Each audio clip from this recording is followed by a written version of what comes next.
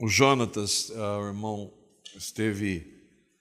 deu essa ideia essa semana de cantarmos verdades da verdadeira fé evangélica e graças a Deus por essa proposta. Tive conversando daí com Danilo e nós, ainda que não seja um dia santo, né, é um dia para nós importante, dia 31 de outubro, como Danilo falou aqui, e porque nós lembramos de um dos pilares e que hoje cremos das cinco bases importantes para uma verdadeira igreja evangélica, os fundamentos. Então, graças a Deus por isso, cantarmos essas verdades, lembrarmos. E eu queria ver com vocês hoje, então, alguns pontos. O Danilo também vai ver à noite. O dia 31, o dia 31 de outubro, remete ao ano 1517, quando o Martinho Lutero, que era um monge católico, agostiniano, ele, no intuito de debater alguns dos ensinos do catolicismo, e aqui tem uma imagem desse filme que vale a pena ver, é um filme Lutero com o Joseph Fiennes, é um filme que já tem alguns anos, mas é muito, muito bem feito. Ele fixou as chamadas 95 teses, que na realidade eram questionamentos e posições contrárias àquilo que estava sendo ensinado de acordo com a Escritura, ensinado pelo catolicismo. E ele era um monge católico. E ele fez isso na igreja em Wittenberg, na Alemanha, de onde ele era alemão, com o objetivo de conversar, porque isso acontecia, algumas práticas aconteciam no sentido de debater o que estava sendo ensinado. É claro que não era comum, porque havia vários riscos, e ele correu um destes riscos. Ele queria questionar ensinos e práticas que estavam sendo ensinadas pelo clero romano, por toda a liderança romana, que eram contrárias às Escrituras Sagradas. Mas o resultado é que ele foi excomungado em 1520. E ele teria sido morto como herege, colocado na fogueira, se não fosse a providência de Deus. Deus, em sua graça, não permitiu que ele morresse naquela hora como um herege. E esse dia, como Danilo bem trouxe aqui, deu início a uma das maiores mudanças na história do Ocidente. A gente não consegue mensurar.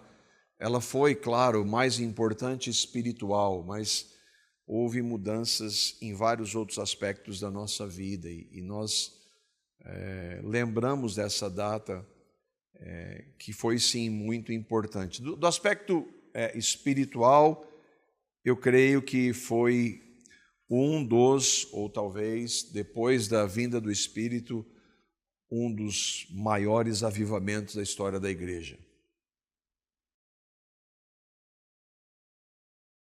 E nós precisamos lembrar disso, porque naquele momento houve então, lembra, Lutero não queria sair da igreja, ele queria que a igreja, o catolicismo, voltasse para a Escritura. Mas eles não quiseram voltar para a palavra de Deus, e então há um protesto.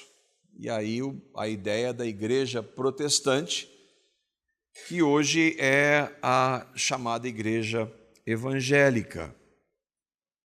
Mas por que isso aconteceu? Porque a palavra de Deus diz, inclusive, o próprio Deus diz que ele abomina a divisão. Que nunca foi vontade do Senhor que houvesse divisões como há na igreja hoje. E, infelizmente, há centenas, se não milhares, de divisões expressas nas milhares de denominações, as ramificações que existem. Não é a vontade de Deus que haja divisão. Mas antes de Deus não querer que haja divisão, ele tem um compromisso. E o compromisso é com a verdade. A unidade não pode se sobrepor à verdade. Porque, na realidade, uma verdadeira unidade tem que estar baseada na verdade. Senão, não é unidade. Senão, é ecumenismo. A proposta de união de religiões que pensam e creem em coisas diferentes, mas em nome da unidade, devem andar juntas. E isso é absolutamente contraditório ao Deus que ele abomina a divisão, mas que não tem nada a ver com o pai da mentira. Deus tem um compromisso com a sua palavra, que é a verdade. E em tempos de relativismo, como nós vivemos hoje, e impressiona o que a igreja evangélica se tornou em busca de uma unidade. Esse relativismo que hoje existe e que muitas pessoas não podem criticar nada, você não pode se posicionar contra nada porque isso é divisão, não tem base nenhuma na Escritura. E a igreja evangélica hoje está impregnada disso, infelizmente. E eu lembrei desse texto quando Paulo diz lá em 2 Coríntios, capítulo 13, o nosso primeiro verso, quando Paulo, inspirado pelo Espírito, é categórico. Não é Paulo aqui. Lembra? Porque Paulo saiu de uma mentira religiosa. Lutero sai da mentira religiosa do catolicismo. Não se engane, o catolicismo não tem nada a ver com igreja. Ainda que haja hoje um movimento chamado evangélicos e católicos juntos, não tem nada a ver com o catolicismo. O catolicismo está impregnado de ensinos contrários à palavra, a gente vai ver alguns aqui. Assim como Paulo, que era um religioso fariseu, abandonou tudo aquilo por causa da verdade. E ele então escreve isso: nada podemos contra a verdade, senão em favor da própria verdade. A verdade é o que interessa. Se a verdade trouxer divisões, ela é muito bem-vinda. Nós não podemos negociar a verdade, porque a palavra é a verdade, o Deus que nós cremos encarnado é a verdade, então não se negocia a verdade em hipótese alguma. Mas a verdade foi abandonada por praticamente 1000 anos, não por todos, porque havia, mesmo nesse contexto do catolicismo, havia ali, Deus tinha os seus, ele sempre teve, e tem ainda. Mas, em essência, toda a estrutura que havia lá estava totalmente corrompida, porque abandonou a verdade. E Deus usou, então, esse homem, Martinho Lutero, para trazer de volta a base para a verdade. Eu coloquei aqui, e o Danilo também citou, Lutero não era perfeito. Lutero não foi um santo no sentido que o catolicismo define hoje, canonizando alguns, e a partir da canonização eles passam a ter algum tipo de mediação. Não, ele não era, e nem mesmo no sentido de ter uma vida perfeita. Nós temos acesso a muitos dos erros dele. Ele não era perfeito.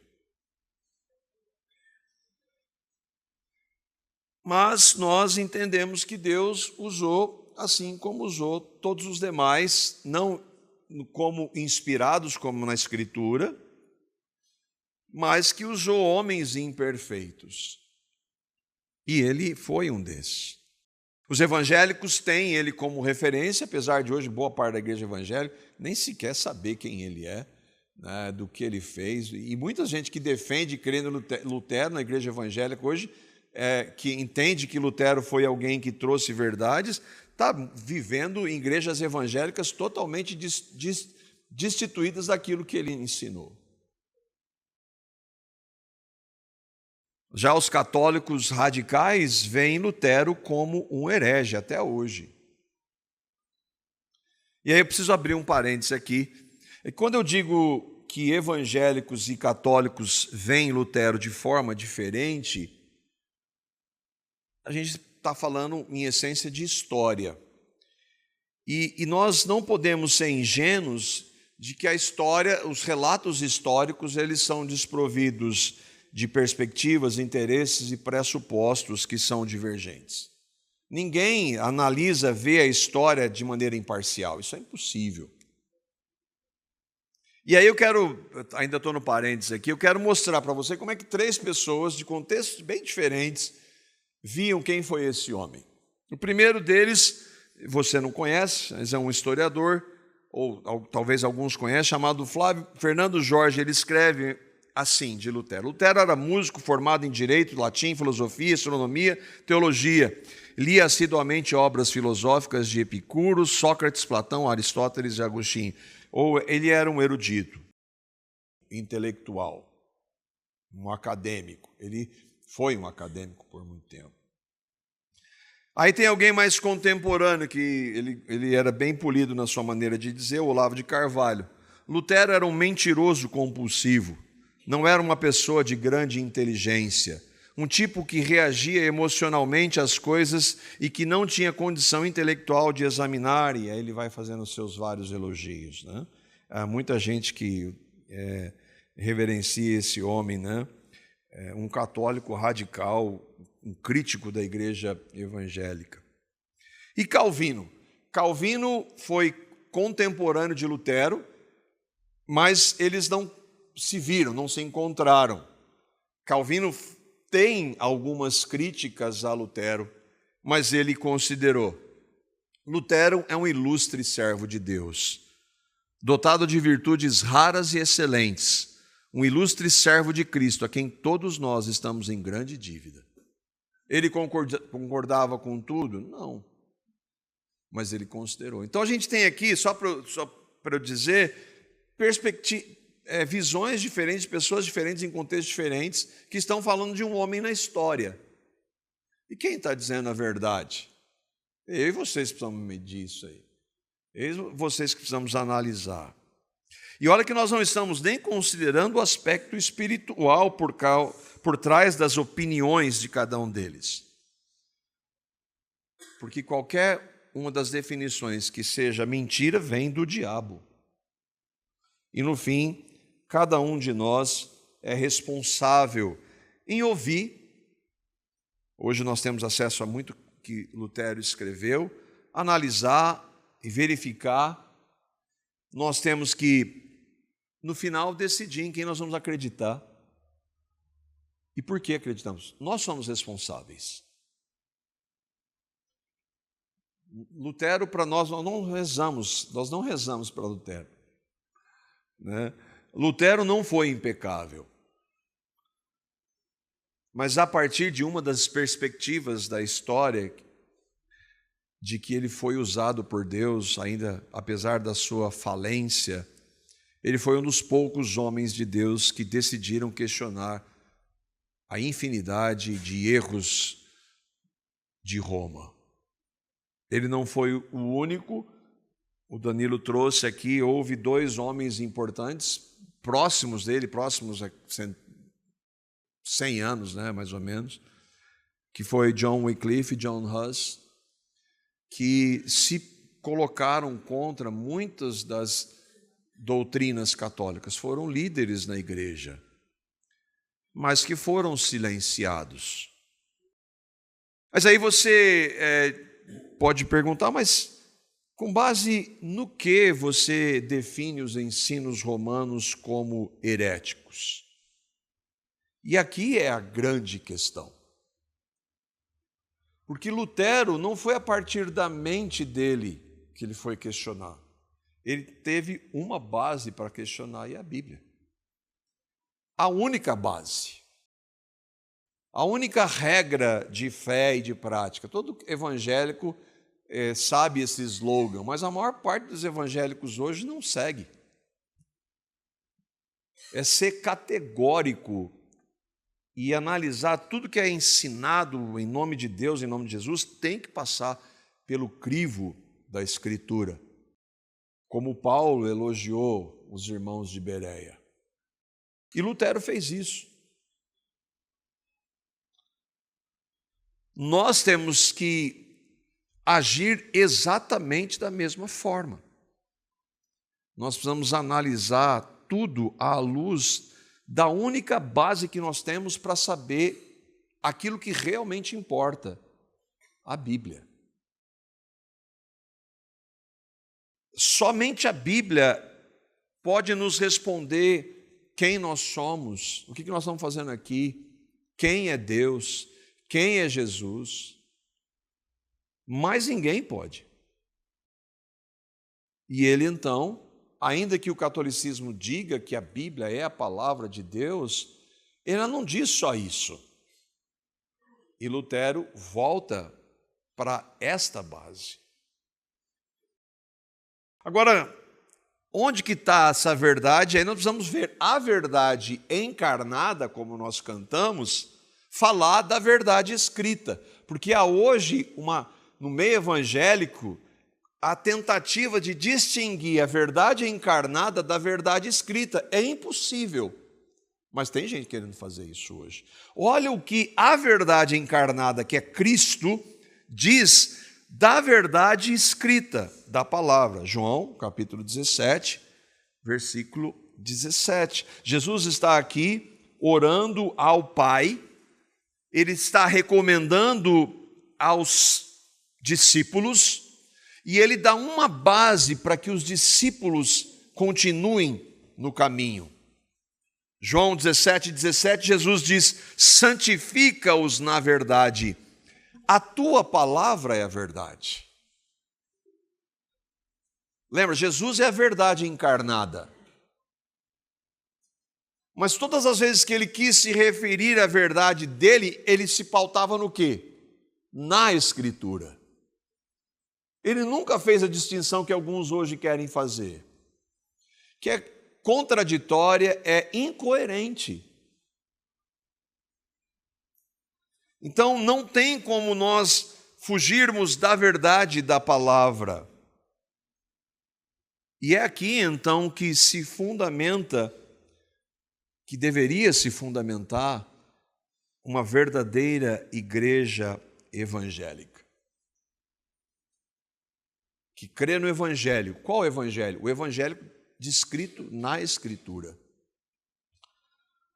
Uma das citações, e talvez a mais frase célebre de Lutero, foi quando ele estava, e ali não estou falando assim, ele está num debate, que tudo bem, no outro dia, acabou o debate, ele vai embora para casa.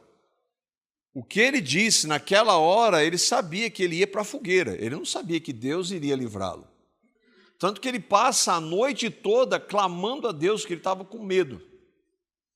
Porque ele ia ser julgado pelas teses que ele estava mostrando na luz da Escritura, que estava tudo errado, e aí então ele vai ser julgado pelo clero romano.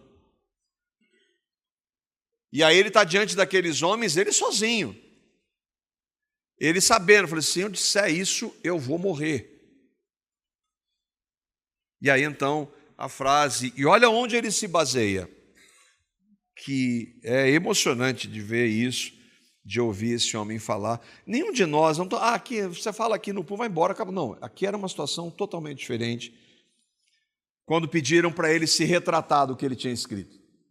Você tem que parar se você se retratar, você pode voltar aqui para o clero, você pode voltar à tua função aqui.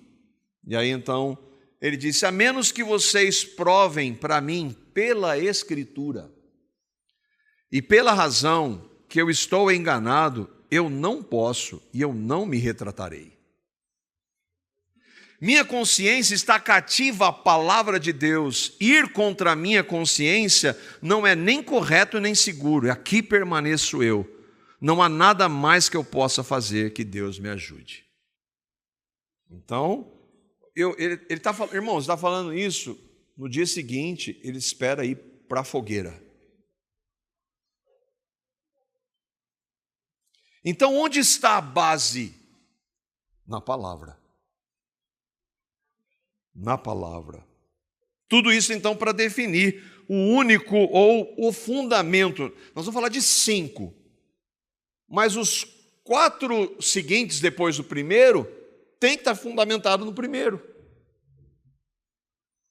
O reverendo Augusto Nicodemos, ele disse: eu creio que o ponto central da reforma protestante foi o retorno ao ensino das Escrituras. Ele tem uma facilidade para sintetizar coisas profundas em uma linguagem simples.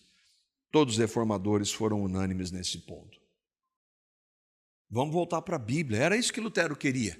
Vamos voltar para a Bíblia. O que a igreja evangélica hoje precisa disso? Nós estamos vivendo uma realidade, ninguém vai mais para a fogueira. Tem um monte de herege no meio do evangelicalismo. E ninguém vai para a fogueira por causa disso. Talvez fosse até bom ir, porque daí muitos iam considerar os seus erros. Mas hoje qualquer um pode falar qualquer asneira em nome de Deus, em nome de Jesus. As revelações, coisas absurdas. A pessoa fala a coisa da mente dela, diz, Deus está dizendo. Ela é uma blasfema. Mas todo mundo ouve isso e não dá a menor importância. O evangelicalismo hoje precisa de uma reforma, isso é fato. Mas o nosso tema aqui é os fundamentos de uma igreja evangélica. E depois da reforma, não há um momento ali onde historicamente são definidos esses 5 solas que nós cantamos, né? Mas há um consenso de que esses foram os pilares de uma verdadeira igreja, que nós vamos ver de maneira extremamente resumida, mas que tem a Bíblia como a única base. Tudo que a gente vai falar aqui, aliás, qualquer coisa que pode ser dita em nome de Deus e de Jesus tem que estar na Bíblia. Nós não podemos jamais negociar isso. Como o reverendo Augusto, há uns 15 anos, quando eu ouvi ele falar isso, eu falei assim, irmãos, nós não nos enganemos. A nossa guerra é pela palavra. E ele sabe, dentro da denominação dele, que historicamente sempre defendeu a Bíblia, grande parte está longe disso hoje, dentro da denominação dele, da Igreja Presbiteriana no Brasil. A Igreja Batista. O que é a Igreja Batista hoje? Denominação batista, que tradicionalmente tinha a Bíblia como base. Grande parte dos batistas estão impregnados de tudo, menos a Bíblia. Nós temos mais de 600 igrejas evangélicas em Londrina.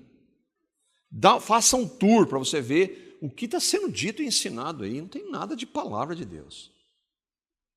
Mas essa é a base. Se nós perdermos a Bíblia como base, qualquer um pode falar o que quiser e ninguém pode falar nada contra.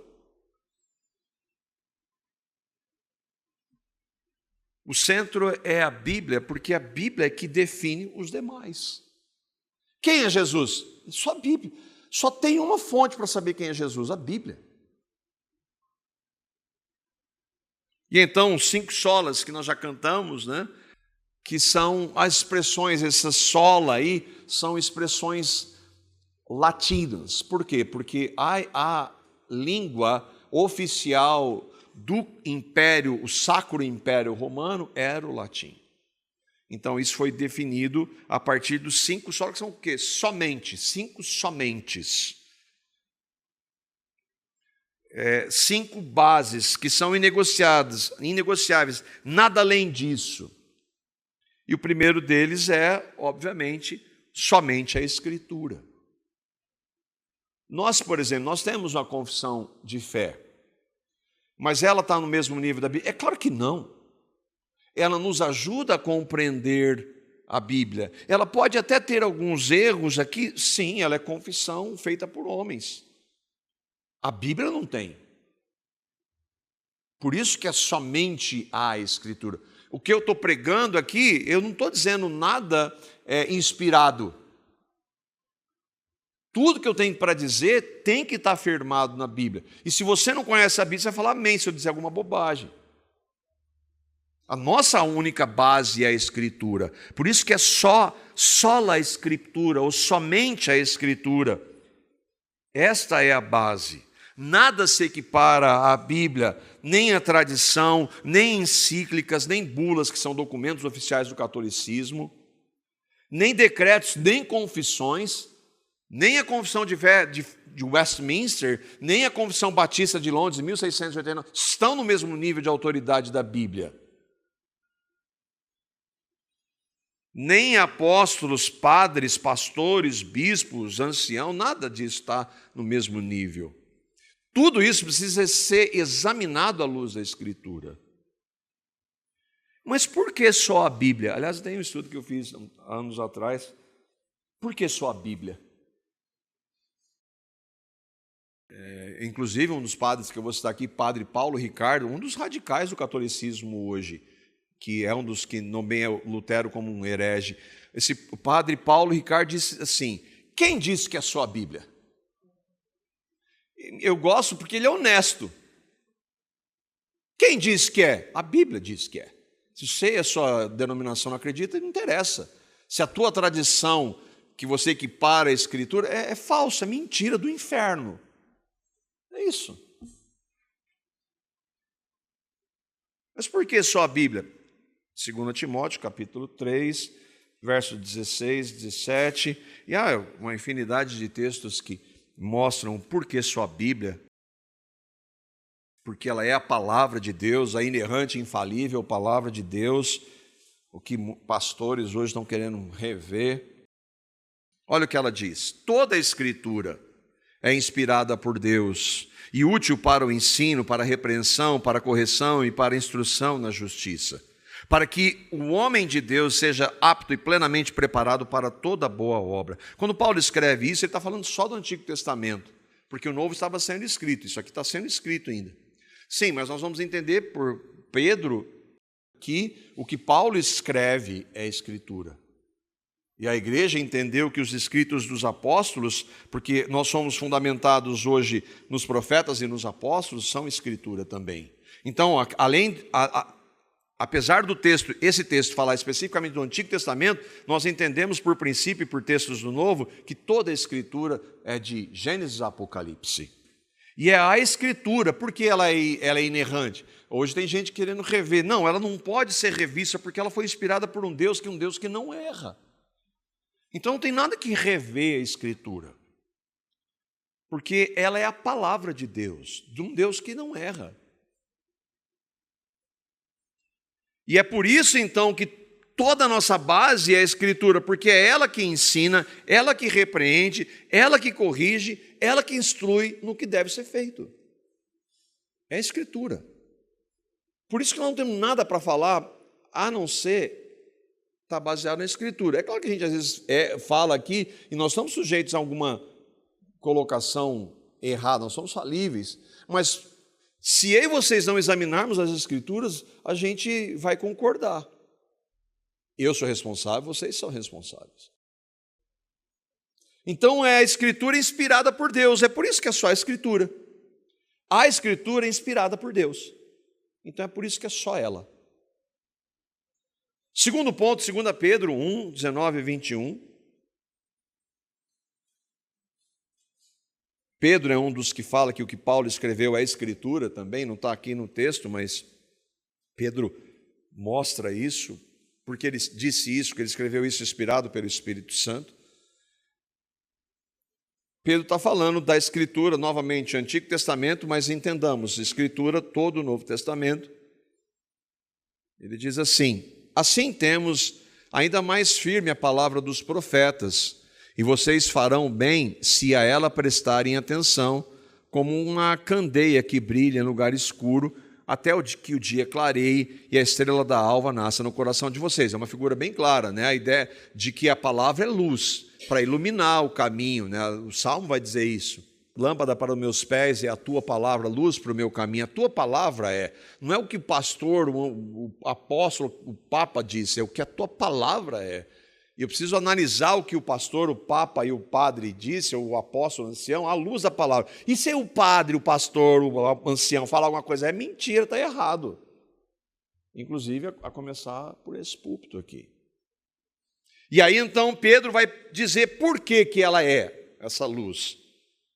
Porque, antes de mais nada, saibam, nenhuma profecia da Escritura provém de interpretação impessoal. Pessoal, aqui tem uma compreensão de que eu entendo de uma forma, você entende de outra, pode ser contrário e cada um crê no que quiser. Não, ele está dizendo que não é isso. Mas ele também está dizendo que isso aqui não é uma definição a partir do homem. Eu achei uma coisa legal que eu vou escrever. Não. Homens de Deus, que é o que Paulo diz, que Pedro diz, mas homens de Deus falaram da parte de Deus, impelidos, movidos, inspirados pelo Espírito Santo. Ela nunca teve a profecia, e a profecia é o texto do Antigo Testamento, nunca teve origem na vontade humana. Mas Deus guiou homens. Sim, falíveis como Paulo, como Pedro, como Marcos, Lucas, como Isaías, Jeremias, Daniel. Sim, eles eram falíveis. Mas quando eles escrevem inspirados pelo Espírito, o que eles escrevem é perfeito, porque é Deus inspirando. Mas o que as religiões aí, as religiões que valorizam a Bíblia, valorizam entre aspas, têm a dizer sobre somente a Escritura? E aqui eu preciso trazer um documento oficial do catolicismo romano, que é o Concílio de Trento. O Concílio de Trento, uma cidade na Itália, que foi justamente uma resposta à reforma protestante. Eles consideraram alguma coisa? Não, eles fizeram a contra-reforma. Vocês estão querendo, nós vamos continuar crendo em tudo que nós sempre definimos. Não vamos negociar nada, eles não negociaram e não negociam até hoje. É quando você tem um papa como o Papa Francisco, extremamente progressista, você acha que ele reflete as ideias do catolicismo. Não, ele não reflete. Uma hora ele fala uma coisa, outra hora ele fala outra. Mas vai ver os radicais católicos. O padre Paulo Ricardo, por exemplo. Vai ouvir. Eles continuam afirmando tudo aquilo que a reforma se opôs. Olha o que o Concílio de Trento, que foi algum tempo depois da reforma, ele foi reunido entre 1545 e 1563, diz. E olha só como eles se reconhecem como igreja. Ele diz: o Sacrossanto Concílio Ecumênico e Geral de Trento, reunido legitimamente no Espírito Santo. Aí ele vai continuar: com igual sentimento de piedade e reverência, aceita e venera todos os livros, tanto os do Antigo como os do Novo Testamento. Até aí nós estamos de acordo. É claro que com os apócrifos não. Até aqui nós estamos de acordo, tira os apócrifos. Visto terem ambos o mesmo Deus por autor. Ponto pacífico. O problema, tirando os apócrifos, o problema não está aqui, o problema está em como eles continuam. Bem como as mesmas tradições que se referem tanto à fé como aos costumes. Ou seja, sim, é a Bíblia, mais as tradições.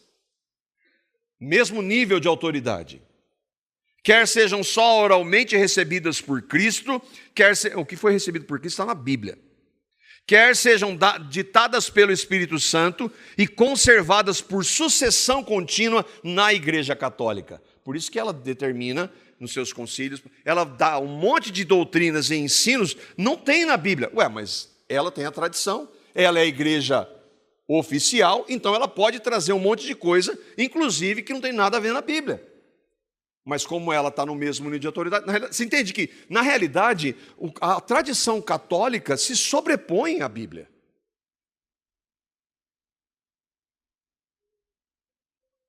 No catolicismo é exatamente isso, quando o padre diz, que eu citei, a tradição é tão importante quanto a Bíblia. E eu e vocês não temos o direito de querer ler o texto e entender a partir de nós. Nós precisamos do catolicismo para interpretar a Bíblia. O que é o sacerdócio? Deles. É isso. É o clero que interpreta a Bíblia. É interessante, a minha mãe, eu fui católico por muito tempo. A minha mãe, quando ela era adolescente, é interessante essa justificativa. Quando a minha mãe era adolescente, a missa era em latim. Ela entrava e saía, não entendia absolutamente nada. Então a pergunta é, se vocês são interpretos, mas nem a missa tem qualquer significado para uma pessoa que não entende latim. A missa em latim, e muitos padres não sabem o latim, só pegam um texto e leem o texto sem entendê-lo. Como é que se mesmo um padre que não sabe latim, boa parte deles sabe, reza uma missa em latim para um monte de brasileiros que não têm o menor conhecimento daquilo? Se vocês querem transmitir a Bíblia, por que vocês não falam português?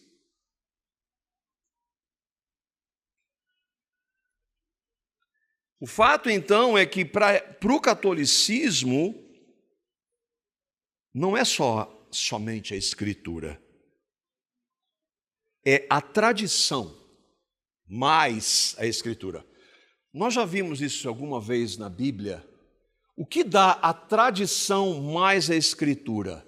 Dá no que Jesus vai dizer em Marcos capítulo 7, versículo 13, quando ele fala para os fariseus. Os fariseus tinham tradições? Põe tradição nisso. Eles inventaram um monte de lei de interpretação bíblica, que na realidade distorceram a Bíblia. E olha só o que Jesus diz, o que a palavra encarnada diz. Vocês anulam a palavra de Deus por meio da tradição que vocês mesmos transmitiram.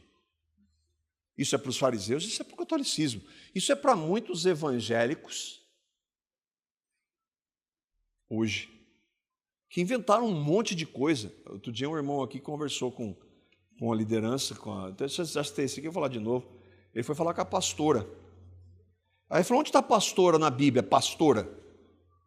Não tem. Então, mas não tem na Bíblia. Mas a gente faz assim. É a nossa tradição. Bom, aí, então você pode fazer o que você quiser. E é uma igreja evangélica, que você vai ver na confissão de fé, cremos na Bíblia como única regra de fé e prática. Mas na prática, Mormons têm o seu livro, Testemunhos de Jeová têm o seu, todos eles revalorizam a Bíblia. Adventistas, hoje o maior nome da igreja cristã na mídia é um adventista. É impressionante como esse cara está popular. E todo mundo acha sensacional, muitos evangélicos. Você não entende que não tem nada a ver com o evangelho? Inúmeros evangélicos têm unções, revelações, tudo sem base bíblica. Deus mandou falar isso, Deus mandou falar aquilo. Onde está na Bíblia? Não está, então ele não mandou. A verdadeira igreja evangélica não crê em nada disso. A verdadeira. Segundo ponto, o segundo somente é somente a fé. Como o homem pecador é tornado justo diante de Deus, porque a Bíblia diz não há nenhum justo, nenhum sequer. E Deus exige que nós sejamos tornados justos para Ele aceitar. Como um homem que é pecador, e todos nós somos, nascemos em pecado e cometemos inúmeros pecados, como nós podemos ser tornados justos diante de Deus? E esse é o centro, que é somente pela fé. Não é fé mais fazer algo. E nós vamos ler um texto que afirma isso de maneira muito clara, categórica. Romanos, capítulo 3, versos 19 até o verso 28.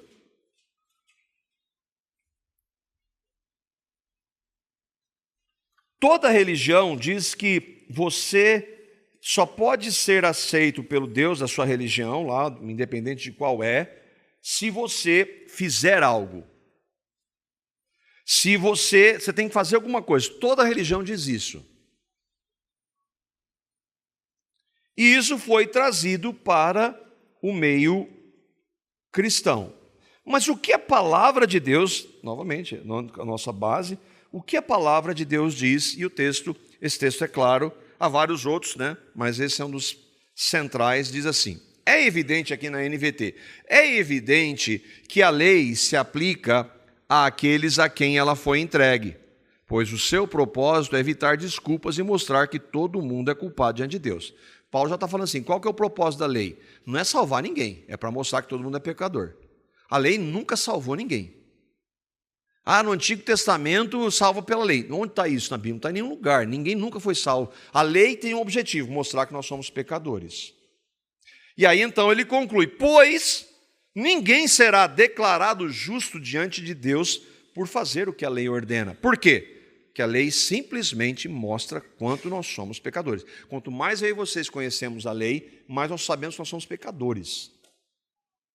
Não é assim não, agora eu sei que a lei diz, eu não devo dar falso testemunho, não minta, então eu vou parar de mentir para Deus me aceitar, Deus me tornar justo. Isso é impossível. Não é o propósito da lei isso. Verso 21, agora porém, então Paulo agora vai explicar como é que alguém se torna justo diante de Deus. Não é pela lei. Agora porém, conforme prometido na lei de Moisés, não é impressionante? A lei de Moisés, Moisés não deu um monte de lei para que você fosse justificado diante de Deus. Ele deu para mostrar que há um único que pode cumprir toda a lei, e se você crê naquele que cumpriu toda a lei, você é justificado. Porém, conforme prometido na lei de Moisés e nos profetas, e ele está resumindo o Antigo Testamento, Deus nos mostrou como somos declarados justos diante dele sem as exigências da lei. Então, não é que você faz algo para ser justo. Você não pode. E primeiro, você nem quer. Verso 22. Somos declarados justos diante de Deus por meio da fé em Jesus Cristo. E isso se aplica a todos os que creem, sem nenhuma distinção. Como alguém é tornado justo? Se você crê em Cristo, você é feito justo. Mas espera aí, eu não fiz nada. Sim, mas ele fez tudo que Deus exige. E se você crê na justiça dele, você é tornado justo. Agora, se você tenta obedecer para ser tornado justo, você nunca vai conseguir. Eu e vocês somos tão pecadores, a gente tem a menor ideia de como nós somos pecadores. Nada do que nós façamos pode mudar o nosso estado. Nada do que nós façamos pode nos tornar justos diante de Deus. Mas ele continua exigindo 100% de justiça. Ele não negociou isso. Verso 23, pois todos pecaram e não alcançam o padrão da glória de Deus. Mas Ele, Deus, em sua graça, nos declara justos por meio de Cristo Jesus, que nos resgatou do castigo por nossos pecados. Deus apresentou Jesus como sacrifício pelo pecado, com o sangue que Ele derramou, mostrando assim sua justiça em favor dos que creem. No passado, ele se conteve e não castigou os pecados antes cometidos, pois planejava revelar sua justiça no tempo presente. Com isso, Deus se mostrou justo, condenando o pecado e justificador, declarando justo o pecador que crê em Jesus. Ele condena o meu pecado em Cristo, e ele me torna justo em Cristo. Onde está fazer alguma coisa aqui? Podemos então nos vangloriar de ter feito algo para sermos aceitos por Deus? Não, pois a nossa absolvição não vem pela obediência à lei, mas pela fé. Portanto, somos declarados justos por meio da fé e não pela obediência à lei. E esse é um pilar inegociável. Se alguém disser que é por crer e fazer algo, é mentira. E não é salvo. Essa é a posição genuinamente evangélica. Agora converse com a maior parte dos evangélicos, eles não têm a menor ideia disso. É incompreensível. Que aqui é o relato do evangelho, mas os evangélicos, boa parte, não entende isso.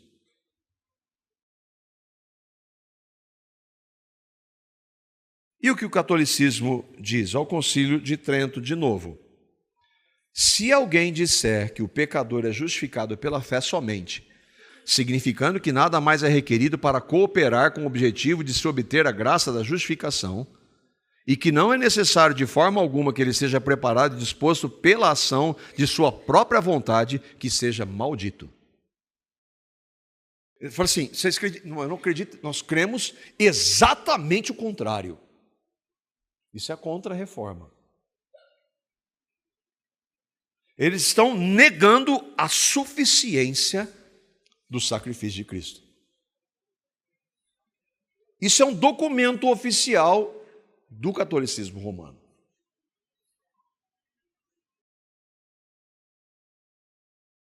O terceiro, e é óbvio, é somente Cristo.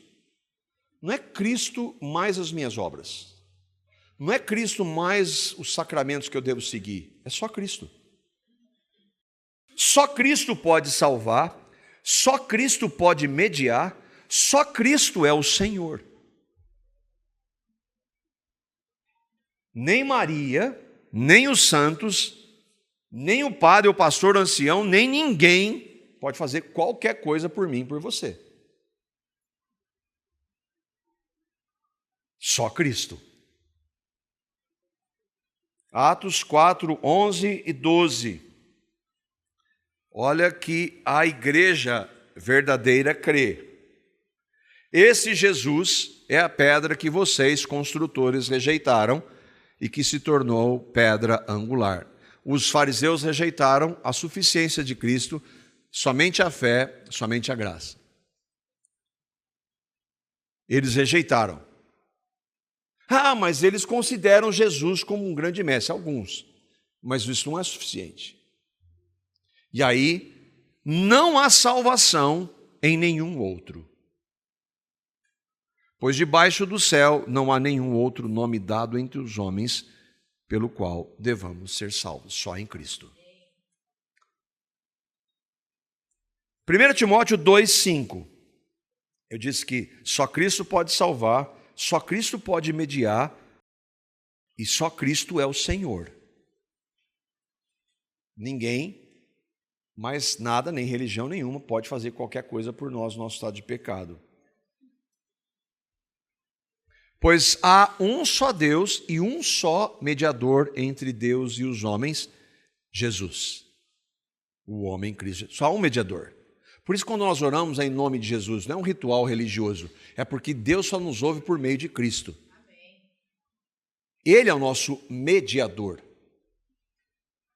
É por causa dele e do que ele fez. Efésios capítulo 4, versos 5 e 6. Há um só Senhor. Não há senhora. E eu não estou... Irmãos, eu fico pensando como Maria vai ver tudo que o catolicismo fez em relação a ela. Maria não ouve ninguém, Maria não pode responder a oração de ninguém. Maria era uma pecadora como nós, ela não foi assunta ao céu, ela não nasceu sem pecado, ela era uma pecadora que creu no filho dela, ela foi bem-aventurada não por causa dela, mas porque Deus a escolheu para mandar o Salvador. Não havia mérito em nenhum, ela foi uma mulher temente que cria no Salvador, o filho dela que a salvou. Ela precisava de um Salvador. Assim como Paulo, Pedro, João. Há um só Senhor, uma só fé, um só batismo, um só Deus e Pai de todos, o qual é sobre todos, age por meio de todos, está em todos. Qual é o único Senhor? Cristo Jesus, o Senhor.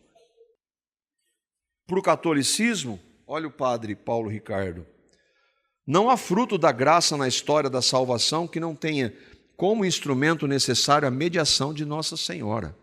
A Virgem Santíssima completou na própria carne as dores que faltaram a Cristo, a cruz de Cristo. Onde está isso na Bíblia? Não está em nenhum lugar. Está em uma tradição que se sobrepõe à Escritura. Entende por que é só a Escritura e é só a Escritura estabelece todas as outras bases? E o quarto é somente a graça. Nós vimos que os mandamentos de Deus nunca salvaram ninguém. Não salvam porque esse não é o objetivo da lei. Porque ninguém sendo um pecador, eu coloquei aqui 1%, não conseguiam cumprir nada, 1% seria muito. Irmãos, nós não temos isso não é um chavão, nós não temos a menor ideia de quão pecadores nós somos. Você não tem a menor ideia de quão pecador você é. Nem eu, nem você. Efésios capítulo 2, texto maravilhoso, claríssimo.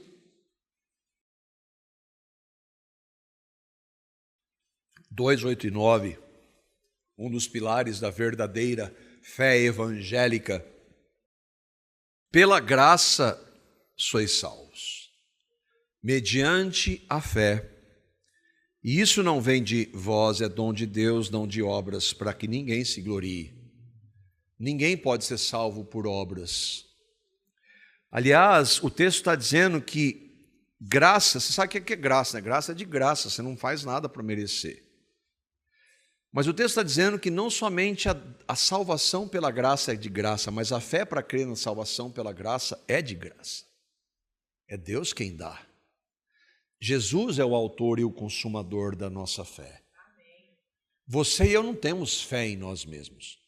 Nós não temos a capacidade de aceitar Jesus se o Senhor, o Espírito Santo de Deus, não der vida para aceitá-lo.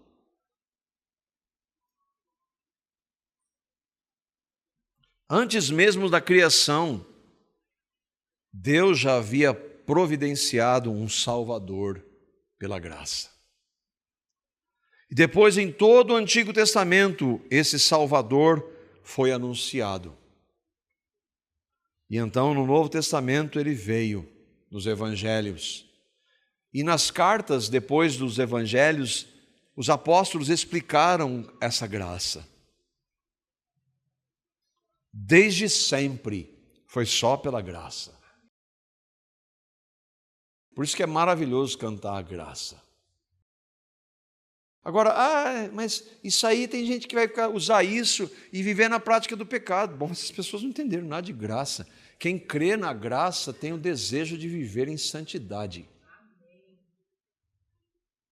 Mas sabe que não vive nada perto do padrão de Deus. O homem mais santo da história nunca chegou nada perto do padrão de Deus. Então, onde ele vai recorrer depois disso? A graça.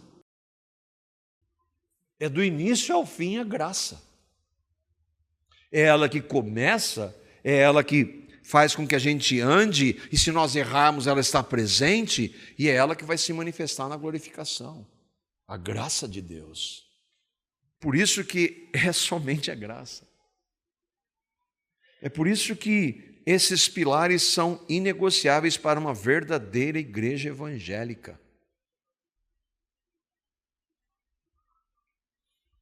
E no fim, o quinto, somente, mostra que no fim, tudo é Deus quem faz. E se tudo é Deus quem faz, a glória deve ser dada somente a Ele. Para nós sobra o quê? Nada. Sobra nada.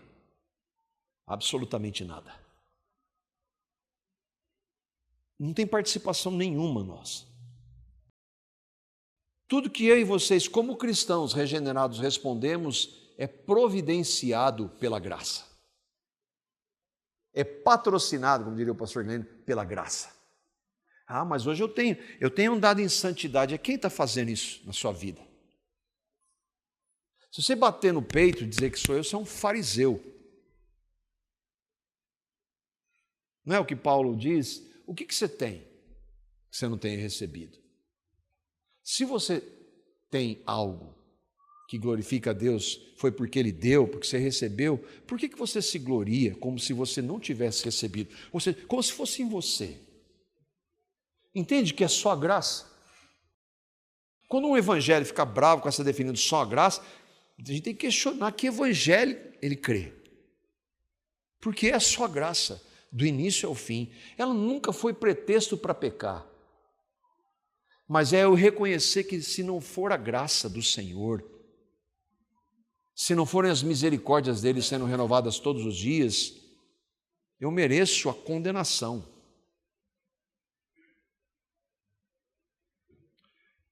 Só a glória de Deus é o princípio segundo o qual toda a glória é devida a Deus por si só. Uma vez que a salvação é efetuada exclusivamente através da vontade de Deus e da ação de Deus, não só o dom da expiação de Jesus na cruz, mas também o dom da fé, a santidade, criada no coração do crente pelo Espírito Santo, o que sobra para o homem? Quando Paulo diz, longe de mim esteja a gloriar-me, a não ser aonde? Na cruz. Não sobra nada. É por isso que só a Ele a glória. E Ele não reparte a glória dele com ninguém. Isaías, e nós encerramos aqui, Isaías 42:8. Irmãos, lembra, nós estamos tratando de pilares e nós estamos de maneira resumida, muito resumida, tratando disso. Olha o que o Senhor Deus diz. Eu sou o Senhor, este é o meu nome, e a minha glória, pois, a outro não darei, nem o meu louvor a imagens esculpidas ou imagens de escultura. É claro que ele está falando aqui porque o contexto está ouvindo essa questão da idolatria, mas ele está dizendo, eu não dou minha glória para ninguém, em nenhuma circunstância, nem para imagem, nem para denominação, nem para concílio, nem para homens, nem para nada, minha glória eu não dou para ninguém. Para nada, nem para ninguém. É por isso que nós adoramos, cultuamos e veneramos somente o Deus Trino. Novamente, Lutero foi um pecador. Ele teve muitos pecados, muitos erros. Mas para a salvação dele, ele nunca se baseou nele. A luta dele era enquanto ele tentava se basear nele, ele vivia desesperado. Até o dia que ele entendeu, ele não entendeu, foi o Espírito Santo de Deus que revelou para ele que era graça. Nenhum homem de Deus na história é homem de Deus a despeito de Deus fazer daquele homem um homem dele.